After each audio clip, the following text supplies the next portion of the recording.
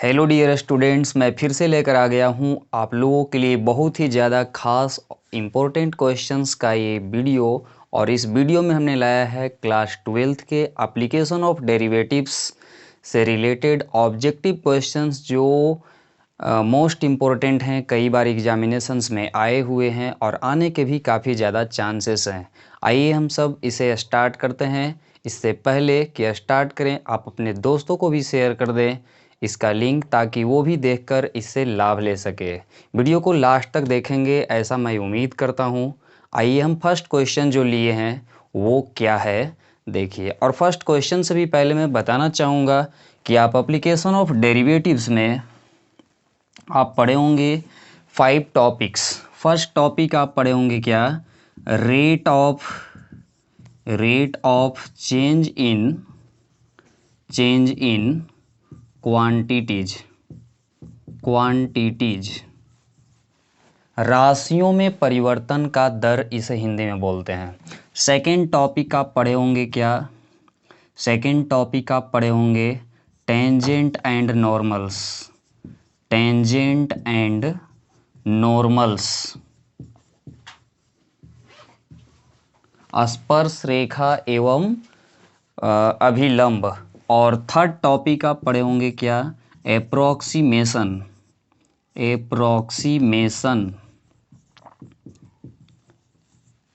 फिर पढ़े होंगे क्या? सन्निकटता इसे हिंदी में बोलते हैं अप्रोक्सीमेशन। और पढ़े होंगे इंक्रीजिंग एंड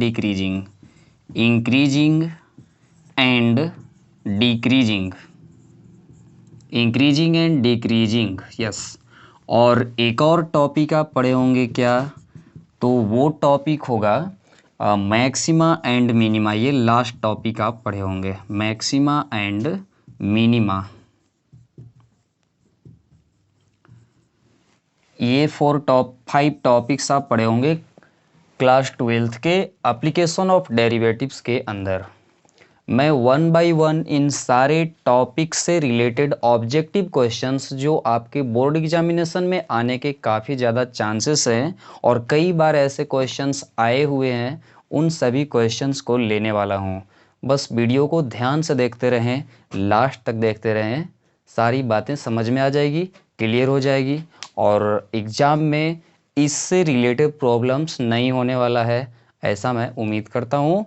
राइट, तो आइए हम नेक्स्ट वे में अब हम लोग क्या करते हैं, शुरुआत इससे फर्स्ट क्वेश्चन से शुरुआत करते हैं इसका। सबसे पहले मैं क्वेश्चन लूँगा rate of change in quantities का, फिर टेंजेंट एंड नॉर्मल्स का। हर एक टॉपिक से इम्पोर्टेंट ऑब्जेक्टिव क्वेश्चंस लेंगे। देखिए फर्स्ट क्वेश्चन हमने लिया है क्या? फर्स्ट क्वेश्चन में हमने जो लिया है ये है a stone is dropped into A quite lake and water waves in form of circle moves at a speed of 4 centimeter per second. Find the rate of change in its area at an instant when radius is 10 centimeter. यहाँ पर देखिए क्या कर रहा है, एक पत्थर को हमने एक शांत झील में डाला, मतलब पानी इस तरह से है और इसमें हम जब एक पत्थर को डालेंगे, तो जब आप एक पत्थर को यहाँ पर डालिए किसी भी तरह का, तो क्या होगा कि सर्क्यूलर वेव्स जो है फॉर्म होना शुरू हो जाता है और धीरे धीरे वो क्या होता है, एक्सपेंड होता है, बढ़ता है। और आप देखेंगे यहाँ पर बोल दिया है क्या कि उसका रेडियस जो है वो वृत्ताकार रूप से जो है सर्क्यूलर फॉर्म में जो है किस रेट से बढ़ रहा है, तो 4 centimetre per second, 4 centimetre per second के स्पीड से बढ़ रहा है। तो हमें एरिया किस रेट से बढ़ रहा है वो पता करना है जब रेडियस 10 सेंटीमीटर का होगा। हम लोग इसका रेडियस को मान लीजिए r, राइट। तो इसको चेंज होने का रेट दिया है टाइम के रिस्पेक्ट में 4 सेंटीमीटर पर सेकेंड। और हम लोग जानते हैं सर्कल के फॉर्म में बन रहा है, तो सर्कल का जो एरिया होता है एरिया इक्वल टू हम लोग ले लेंगे क्या, पाई r स्क्वायर, राइट। और इसके बाद हम लोगों को क्या करना है कि dt फाइंड करना है, एरिया में चेंजिंग होने का रेट फाइंड करना है।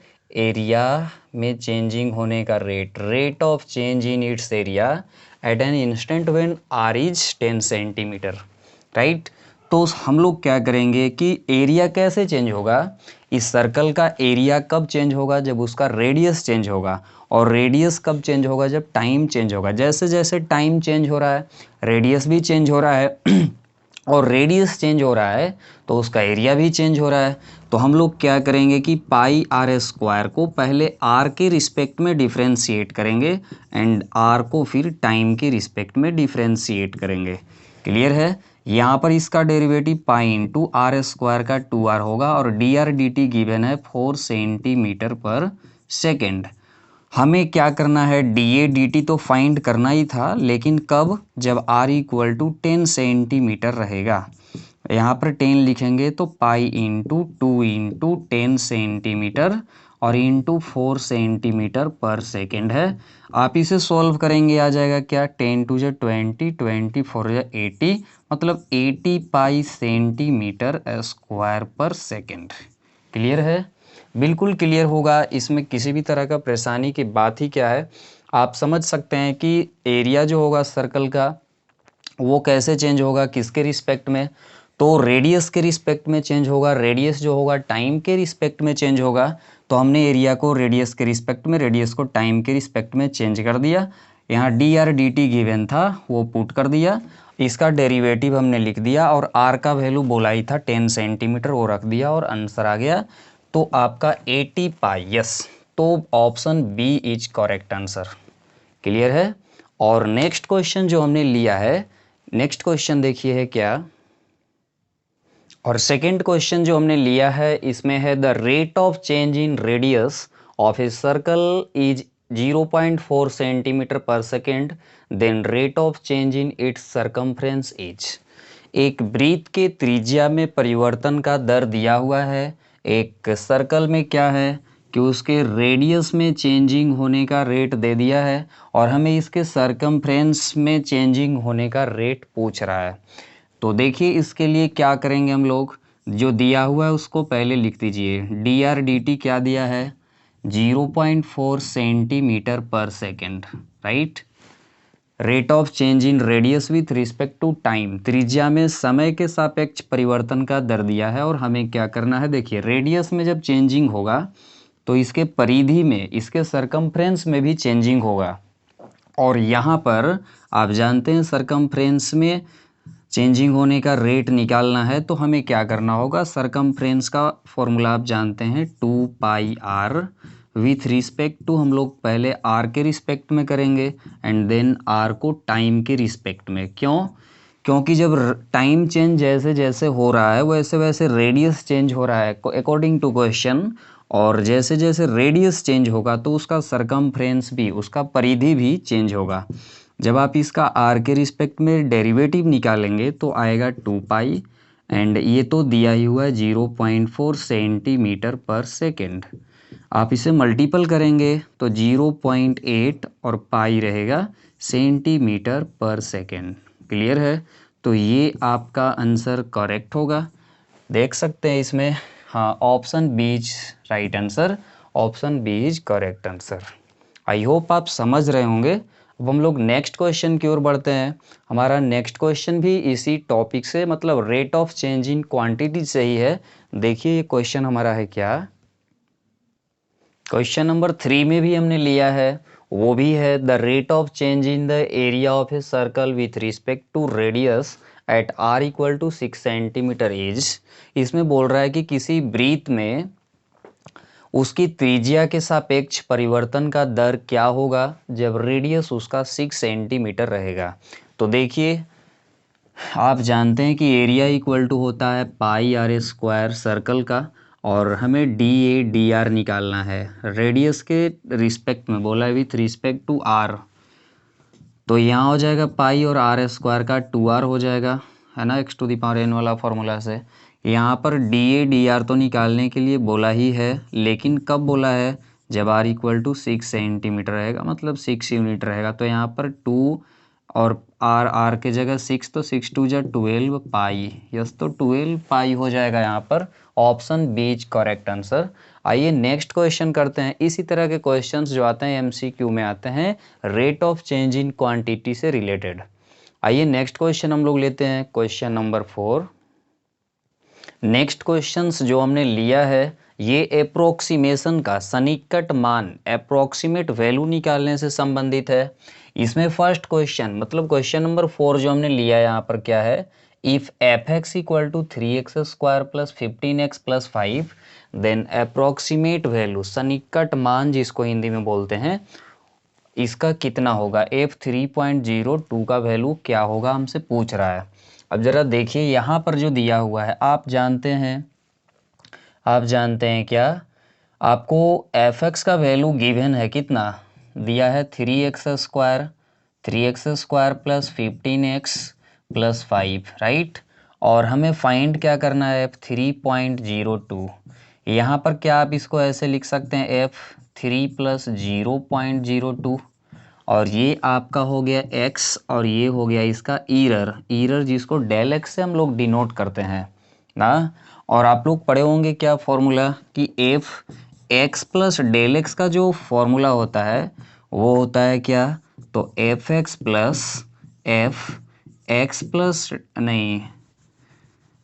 प्लस यहाँ f dash x into del x right. तो हम लोग यहाँ पर क्या करेंगे, f x plus del x है तो यहाँ तो एक्स के जगह 3 है, डेल एक्स अभी रहने दीजिए, x plus del x, f x का वैल्यू जो दिया है वो लिखेंगे तो 3x स्क्वायर फिर कितना, तो प्लस 15x प्लस कितना 5 फिर प्लस ये तो एफ एक्स का हुआ, एफ डैश एक्स जब आप इसका डेरिवेटिव निकालेंगे तो डेरिवेटिव जब निकालेंगे x के रिस्पेक्ट में तो 3 इंटू एक्स स्क्वायर का हो जाएगा 2x, तो 3 2 जो 6x और यहाँ 15x का हो जाएगा 15। यहाँ पर हमें लिखना होगा क्या, यहाँ पर लिखना होगा 6x प्लस 15 और डेल एक्स का वैल्यू क्या है वो अभी रहने दे रहे हैं, नेक्स्ट टाइम लिखते हैं। यहाँ पर f यहाँ x के जगह क्या लिखेंगे 3 प्लस यहाँ डेल एक्स के जगह 0.02, यहाँ भी हमें लिखना होगा 3x के जगह 3 लिखेंगे, 3 रखेंगे 3 3 जो 9 क्योंकि स्क्वायर करना है, 9 3 जो 27 प्लस यहाँ पर 3 रखेंगे 15 3 45, यहाँ पर 45 हो जाएगा, यहाँ 5 रहेगा। फिर इसके बाद यहाँ पर क्या है 3 रखेंगे, यहाँ पर 18 हो जाएगा, फिर यहाँ पर 15 इस तरह से। फिर यहाँ पर डेल एक्स है कितना 0 पॉइंट क्या है 02 है, गुड। फिर यहाँ क्या हो जाएगा, यहाँ जब ऐड करेंगे तो हो जाएगा क्या, ये वाला दोनों 50 50 और ये तो हो जाएगा 77 और यहाँ पर हो जाएगा क्या 18 ये है ना, और ये 33 इंटू कितना 0.02। जब आप इससे मल्टीपल करेंगे तो यहाँ पर हो जाएगा क्या, तो 77 प्लस मल्टीपल करेंगे तो हो जाएगा कितना 0.66। इसे आप जब ऐड करेंगे तो 77.66 और आपका ऑप्शन डी जो है वो करेक्ट होगा राइट। इसमें अप्रोक्सीमेशन में अप्रोक्सीमेट वैल्यू निकालने के लिए हम लोग एक फिक्स्ड फार्मूला का अक्सर यूज करते हैं और ये फार्मूला कैसे बना था ये भी हमने बताया था क्लास में right. F x plus del x equal to f x plus f dash x into del x. यहाँ पर x जो है वो यहाँ देखना होता है कि 3.02 है तो आप किसे जब पुट करेंगे तो बिल्कुल ईजिली आप वैल्यू उसका फाइंड कर सकते हैं। हमें केवल यहाँ पर 3 दिया रहता तो ईजिली फाइंड कर सकते थे, बट इसमें ईरर है, ईरर क्या है कि 0.02 और भी है साथ में, तो हम लोग इस फॉर्म में लिखें x के जगह 3 और डेल x के जगह इतना को पुट कर दिए। पुट करने के बाद जो है हमारा ये रिक्वायर्ड आंसर फाइंड आउट हो गया, option D is correct answer, yes. Now for second fifth question, what is the approximate change in volume of cube due to 3% increasement in side x। किसी क्यूब का side x दिया हुआ है, किसी cube का side क्या दिया हुआ है x दिया हुआ है राइट, और बोला है कि इसके साइड x में क्या करना है कि 3% चेंज किया गया है, 3% चेंज किया गया तो उसके वॉल्यूम में कितना चेंजिंग हो जाएगा राइट। अब देखिए यहाँ पर आप वॉल्यूम ऑफ क्यूब जानते हैं होता है x cube, x is side then x cube is the volume of cube. तो इसका डी वी डी एक्स निकालेंगे क्या आ जाएगा, डी वी डी एक्स हो जाएगा 3x स्क्वायर, क्लियर है। फिर बोला गया है क्या कि आपको वॉल्यूम में चेंजिंग कितना हुआ ये फाइंड करना है, मतलब आपको डेल भी फाइंड करना है। और आप डेल भी इक्वल टू जानते हैं d v d x into कितना, तो डेल एक्स, राइट। और आप डी वी डी एक्स दिया हुआ है 3x² और इंटू डेल एक्स, तो डेल एक्स तो आपको पहले ही दे दिया है ना। डेल एक्स कितना दिया है, डेल एक्स मतलब एक्स में कितना परसेंट चेंज किया गया है, 3% चेंज किया है ना। तो हो जाएगा क्या, हो जाएगा 3% ऑफ एक्स। तो 3% ऑफ एक्स का मतलब क्या कि 3x/100 ऐसे लिख सकते हैं। यहाँ हो जाएगा क्या, 3x/100, गुड। फिर यहाँ पर क्या होगा, 9x³/100। और आप जानते हैं यहाँ पर 9/100 आ रहा है ना, तो यहाँ पर लिखेंगे क्या, 0.09। और x³ मीटर क्यूब है, बिकॉज यहाँ पर मीटर के फॉर्म में उसका जो है साइड गिवन था x मीटर शायद, राइट। तो यहाँ पर क्या होगा, आपका ऑप्शन आपका सी करेक्ट होगा। क्लियर है। अब हम लोग नेक्स्ट क्वेश्चन की ओर बढ़ेंगे। क्वेश्चन जो है 6th, वो देखिए क्या। नेक्स्ट क्वेश्चन नंबर 6 में हमने जो लिया है टेंजेंट एंड नॉर्मल से रिलेटेड क्वेश्चन है। और इस क्वेश्चन में कह रहा है क्या कि slope of tangent to the curve इतना एट पॉइंट 2, -1। एक कर्व दिया हुआ है, वो भी पैरामेट्रिक फॉर्म में लिखा हुआ है। और हम लोग को क्या बोला है कि 2, -1 इस पॉइंट पर, इस कर्व पर जो खींचा गया टेंजेंट है उसका स्लोप क्या होगा। जरा देखिए इसमें कैसे सॉल्व करेंगे। x इक्वल टू दिया है कितना, तो t² + 3t - 8 and y equal to given है 2t² - 2t - 5। पॉइंट क्या दिया हुआ है, तो पॉइंट दिया है कितना, 2, -1। यहाँ मतलब x का वैल्यू दिया है 2 और y का वैल्यू दिया है -1।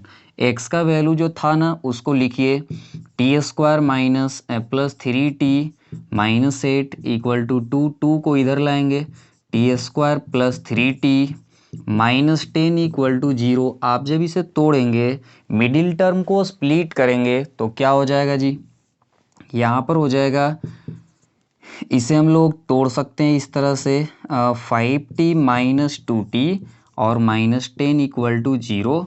शायद आप समझ गए होंगे, यहाँ पर फर्स्ट इंटू लास्ट करके उसका फैक्टर निकाल कर सम और डिफरेंस इतना आना चाहिए। तो यहाँ पर हो जाएगा t कॉमन तो t + 5 और यहाँ -2 कॉमन तो t + 5 इक्वल टू 0। यहाँ से t + 5 कॉमन तो t - 2 होगा इक्वल टू 0। और t का वैल्यू आएगा -5 और t का वैल्यू आएगा 2 भी आएगा ना, दो t का वैल्यू जाया। अब देखते हैं हम लोग y वाले को सॉल्व करके, तो आएगा 2t² - 2t - 5 इक्वल टू यहाँ -1, 1 को इधर लाइए, 2t² - 2t - 6, नहीं 1 इधर आएगा तो -4 हो जाएगा इक्वल टू 0। 2 कॉमन करके उधर भेज सकते हैं तो t और कितना -t और यहाँ पर -2 इक्वल टू 0। आप इसे लिख सकते हैं t² है ना, -2t + t -2 equal to 0। t common करेंगे t - 2 और यहाँ पर भी t - 2 है इक्वल टू 0। तो यहाँ से t - 2 और into t + 1 equal to 0। t का वैल्यू 2 भी आएगा और t का वैल्यू -1 भी आएगा। यहाँ आप देख रहे हैं कि t का वैल्यू -2 दोनों में आ रहा है, 2 दोनों में आ रहा है। इसलिए हम लोग को t का वैल्यू 2 पर हम लोग को क्या करना है, हम लोग को टेंजेंट का स्लोप निकालना है। आप जानते हैं स्लोप ऑफ टेंजेंट होता है क्या, तो स्लोप ऑफ टेंजेंट जो होता है वो होता है कितना, वो होता है dy/dx, राइट। और dy/dx निकालने के लिए पैरामेट्रिक फॉर्म में लिखा हुआ है, इसलिए लिखेंगे dy/dt बाई कितना, तो dx/dt। क्लियर है। और dy/dt कैसे निकलेगा, तो y को डिफरेंशिएट कीजिए t के रिस्पेक्ट में, तो इसका हो जाएगा क्या, 4t - 2, क्या होगा 4t - 2 और x वाले को डिफरेंशिएट कीजिए तो 2t + 3। ठीक, लेकिन हमें डी वाई डी एक्स तो निकालना है, बट कब निकालना है? जब t का वैल्यू 2 होगा, राइट।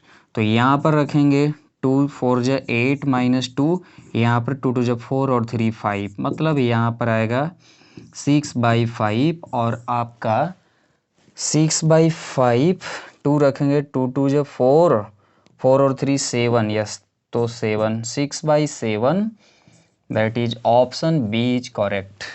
आई होप आप समझ गए होंगे। इसमें समझना और बिल्कुल आसानी से समझा जा सकता है। देखिए, जो भी पॉइंट दिया हुआ है x और y का वैल्यू, देखिए इस पर निकालना था हमें फंक्शन जो दिया हुआ था पैरामीट्रिक फॉर्म में दिया हुआ था, तो हमने क्या किया कि जो पैरामीटर था उसके रिस्पेक्ट में डिफरेंशिएट कर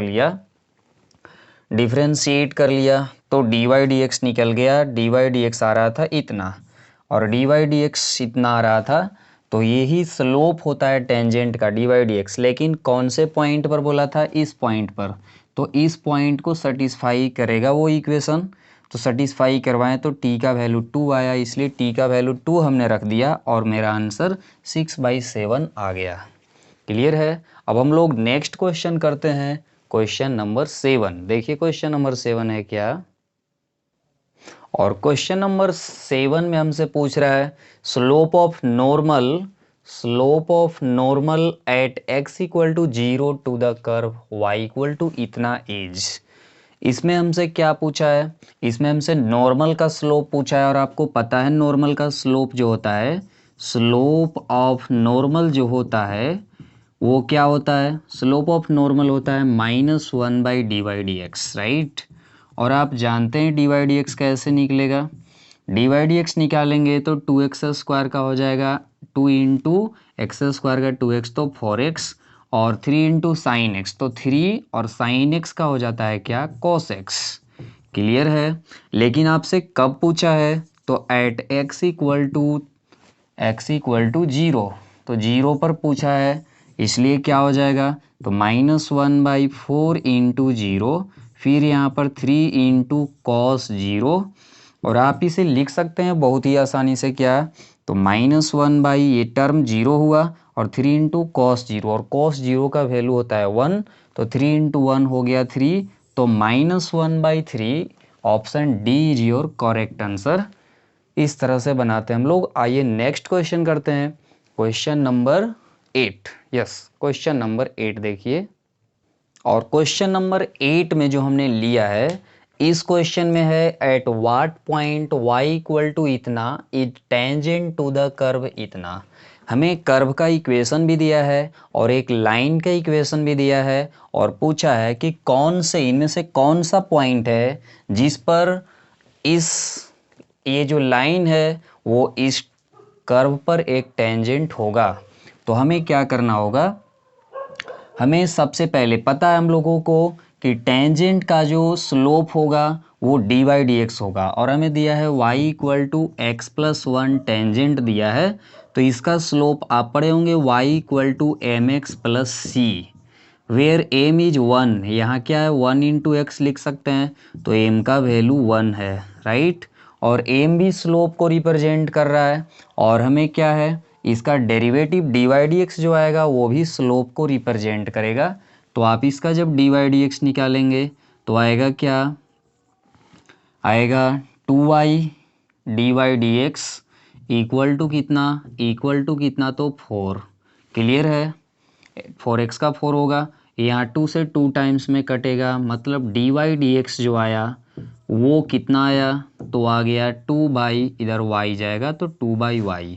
क्लियर है? स्लोप ये भी है, स्लोप ये भी है, तो 1 इक्वल टू होगा 2/y, मतलब यहाँ से y का वैल्यू 2 होगा। क्लियर है? y का वैल्यू 2 होगा, लेकिन केवल y का वैल्यू 2 देखकर आप टिक नहीं कर देंगे। दो ऑप्शन हमारे पास अवेलेबल हैं। हम लोग क्या करेंगे?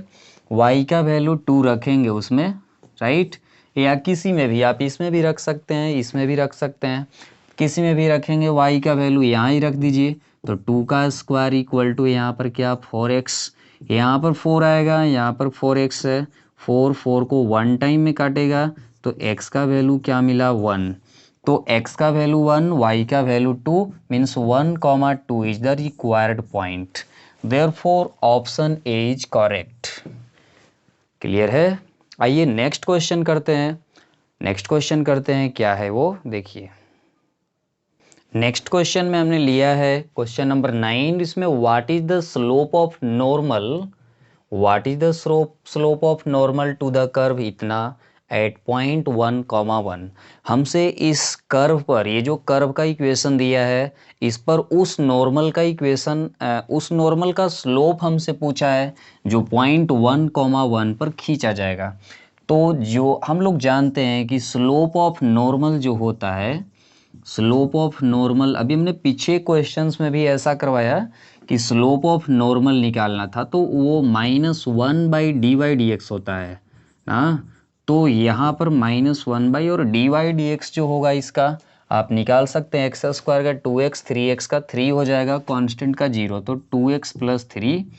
हमें 1,1 पर निकालना है, तो x के जगह 1 रख दीजिए, तो 2 इंटू यहाँ 1 और +3, तो -1/2, 3, 5, तो -1/5 is correct answer. Option B is your correct answer. Clear है। अब हम लोग नेक्स्ट क्वेश्चन करेंगे। देखिए क्वेश्चन नंबर 10 है क्या।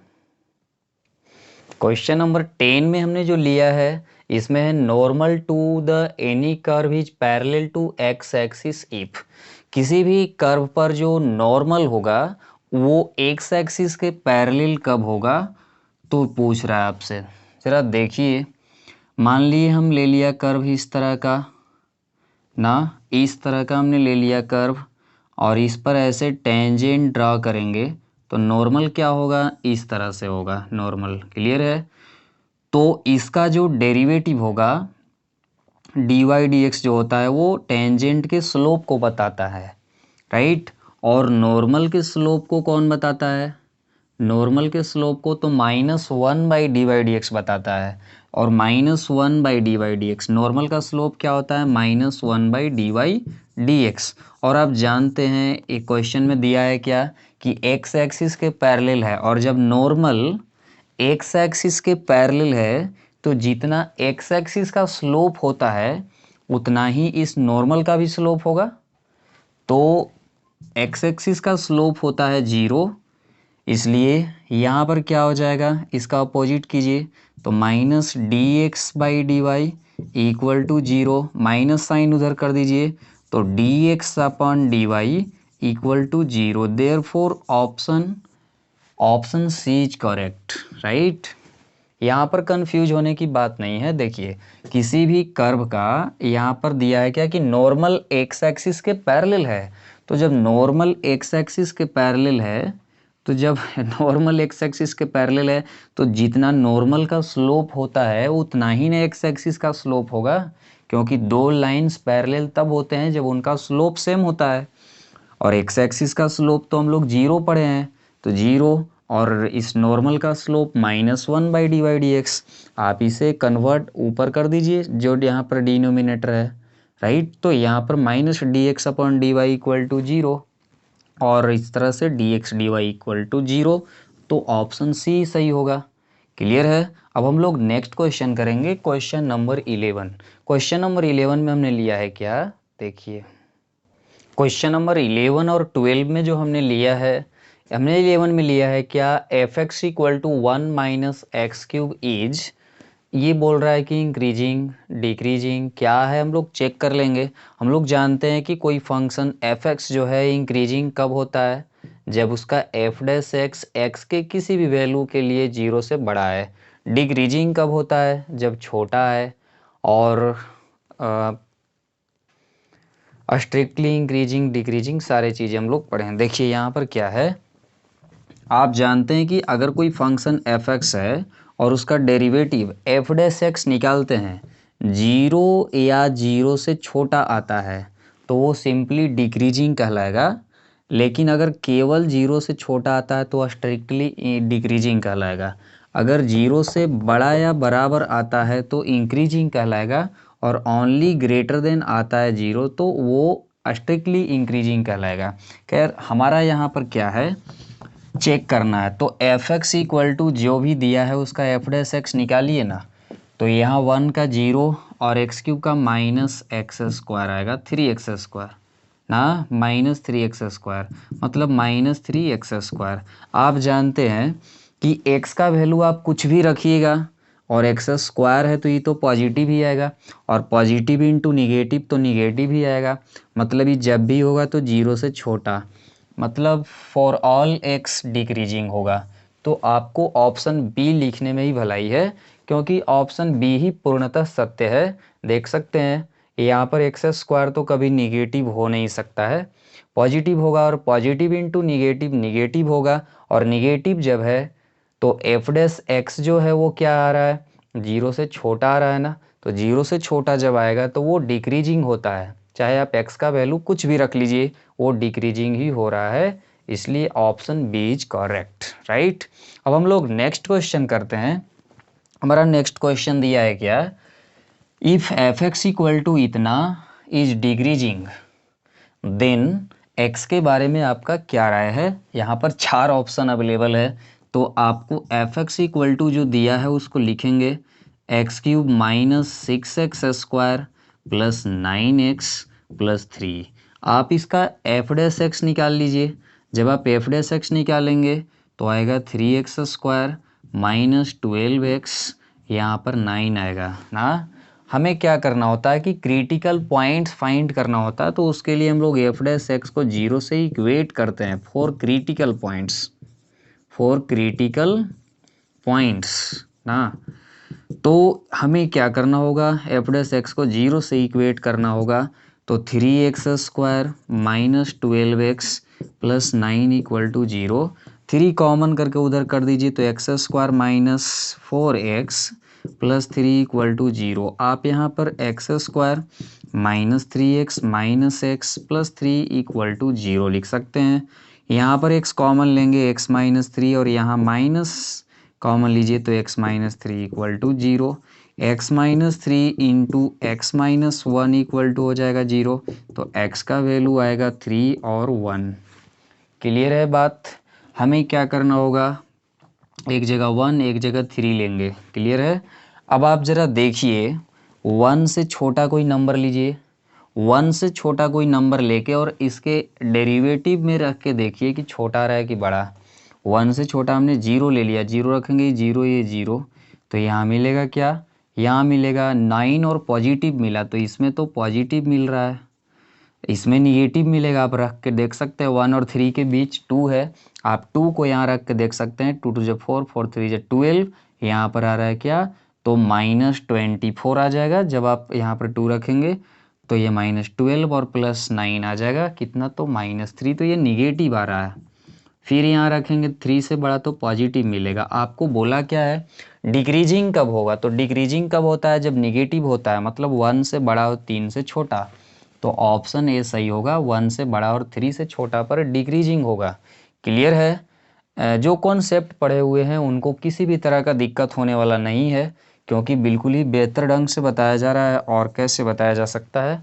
आई होप आप सभी समझ रहे होंगे। हम लोग नेक्स्ट क्वेश्चन करेंगे अब, क्वेश्चन नंबर 13। देखिए क्वेश्चन नंबर 13 है क्या, और नेक्स्ट क्वेश्चंस में हमने जो लिया है इसमें है f x equal to sine x is increasing in, एक फंक्शन हमें दिया है f x equal to sine x, और पूछ रहा है कि ये इंक्रीजिंग किस में है, इसमें चारों में से किस में इंक्रीजिंग है।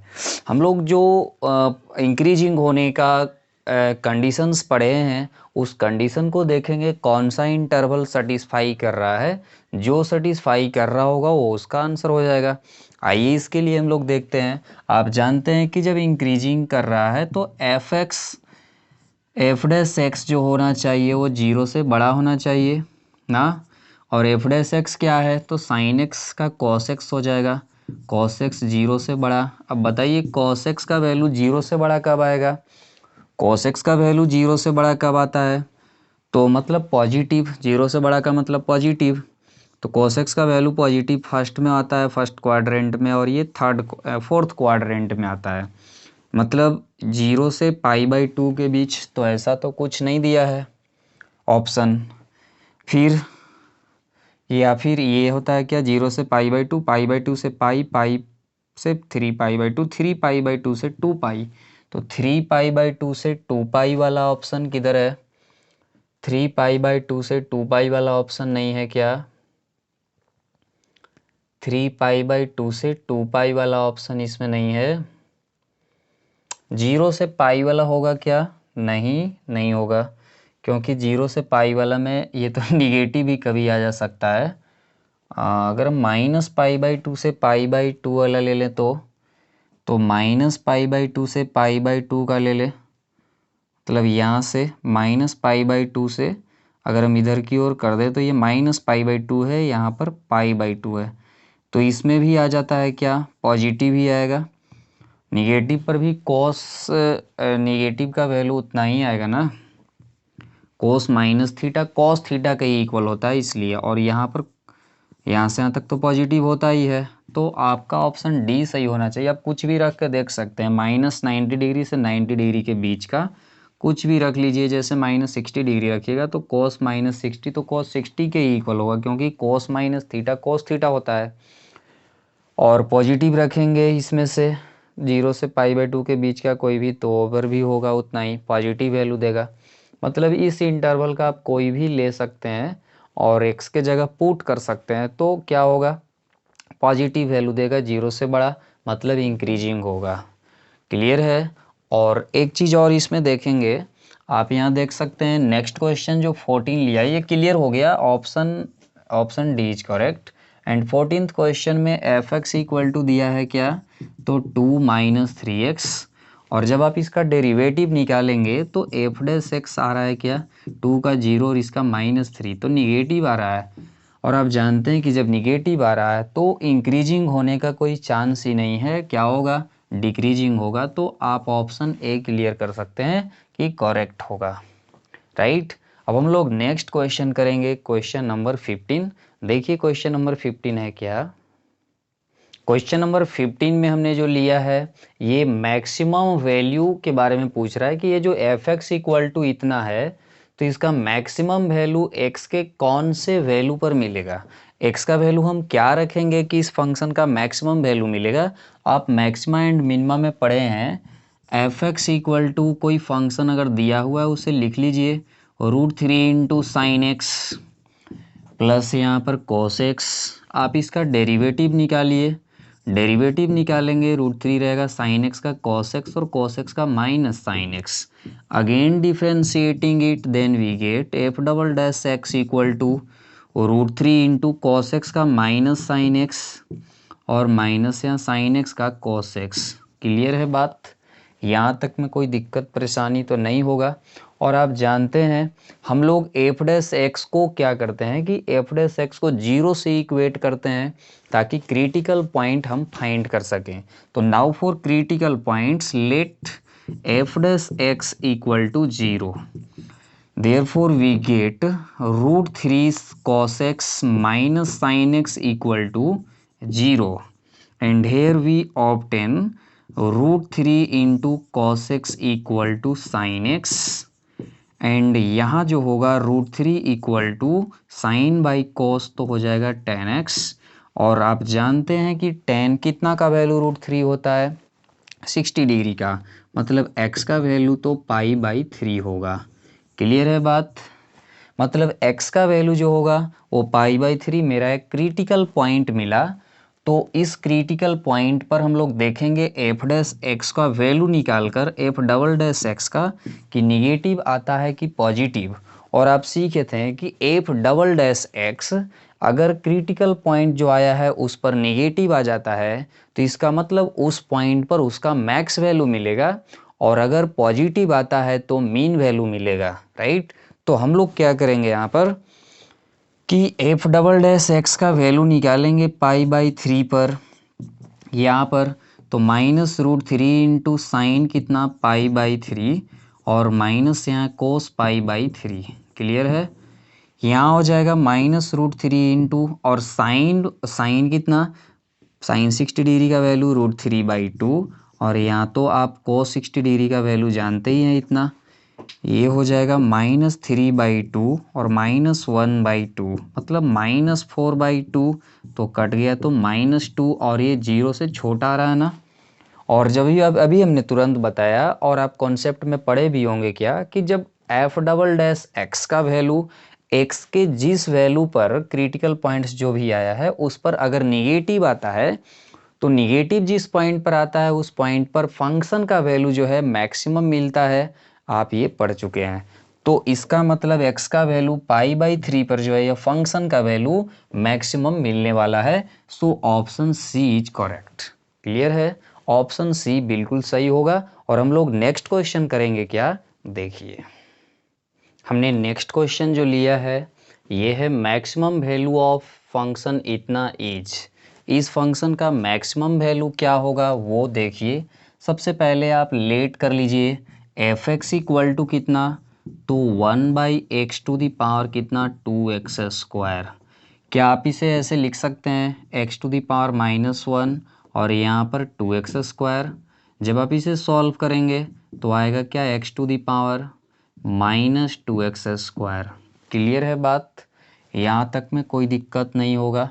और आप इसे लिख सकते हैं क्या f x equal to -2x² into log x ना। आप पढ़े होंगे क्या, एक फॉर्मूला आप पढ़े होंगे कि अगर एफ एक्स के पावर जी एक्स रहेगा तो आप इसे लिख सकते हैं क्या e⁻g⁵ into log F x.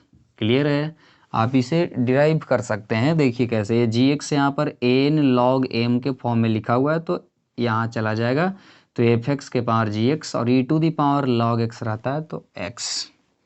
मतलब आप इसे इतना लिख सकते हैं। हमने ऐसा किया, यहाँ पर आप f'(x) निकालिए। f'(x) निकालिएगा तो e के पावर इतना का तो e के पावर इतना ही रहेगा ना, इंटू लॉग एक्स।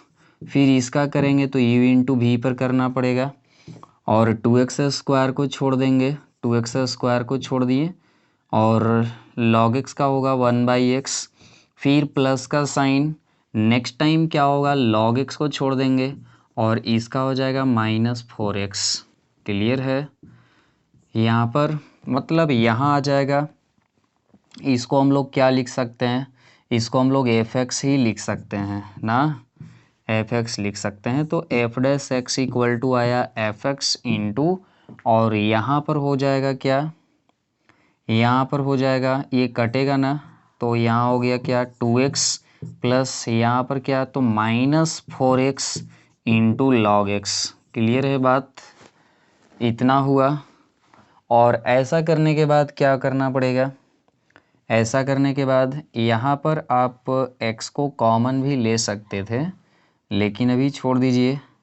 यहाँ पर जब इसका डेरिवेटिव f'(x) निकालेंगे, f'(x) निकालेंगे तो क्या हो जाएगा, यहाँ पर आ जाएगा क्या, f(x) को छोड़ दीजिए और इसका डेरिवेटिव निकालिए।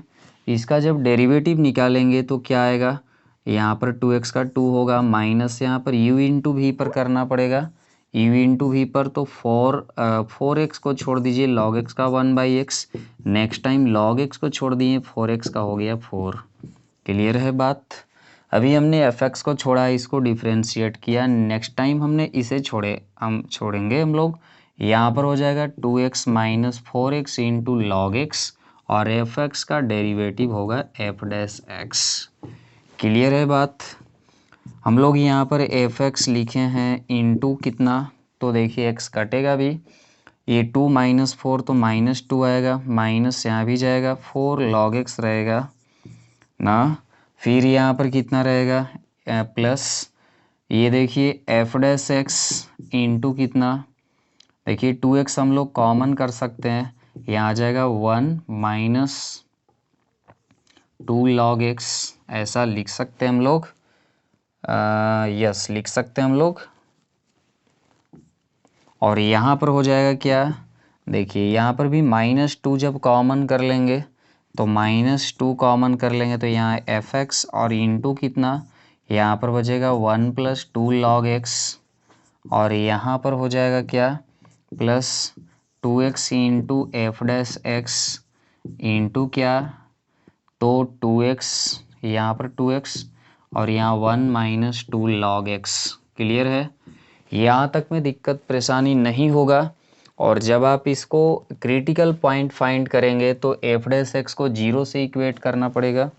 जब आप इसे 0 से इक्वेट करेंगे तो 0 से इक्वेट करेंगे एफ डैश एक्स को, तो क्या होगा, f dash x equal to 0 लेंगे तो देखिए ये वाला 0 की तरफ चला जाएगा, बचेगा इतना, इतना इक्वल टू 0, मतलब 2x minus 4x log x equal to 0। यहाँ से क्या हो जाएगा, 2x कॉमन करके 0 की तरफ भेज देंगे तो यहाँ पर बचेगा क्या, 1 माइनस कितना बचेगा, यहाँ पर बच सकता है क्या, तो 2 लॉग x इक्वल टू 0, तो यहाँ पर हो जाएगा क्या, log x इक्वल टू क्या, तो 1/2।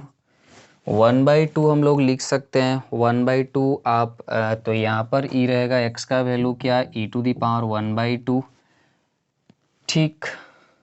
या log x का वैल्यू 1/2 ही रख के देखिए, log x का वैल्यू जब आप 1/2 रखेंगे तो ये इतना यहाँ पर मिला, फिर यहाँ पर मिलेगा, और ये 2x into F dash x का वैल्यू भी निकालेंगे यहाँ पर। इसके बाद आप सॉल्व करके देख सकते हैं, जब आप इसे सॉल्व करेंगे तो x का वैल्यू इतना पर क्या होगा, x के वैल्यू इतना पर जो है एफ डैश एक्स निगेटिव आएगा, आप रख के देखिएगा, निगेटिव आएगा, x का वैल्यू यहाँ पर रख के देखेंगे तो, और निगेटिव आएगा, इसका मतलब इस पर मैक्सिमम वैल्यू मिलेगा, और मैक्सिमम वैल्यू जब मिलेगा तो आप एफ एक्स में इसे रख देंगे, एफ एक्स का वैल्यू यहाँ पर था, आप इसके 1/2 e⁻, 1/2 जब आप रखेंगे किसके जगह, x के जगह, तो आपको इतना मिलेगा ऑप्शन सी में जो है। तो ये आपका जो है वो क्या होगा, मैक्सिमम वैल्यू होगा। Thank you for watching.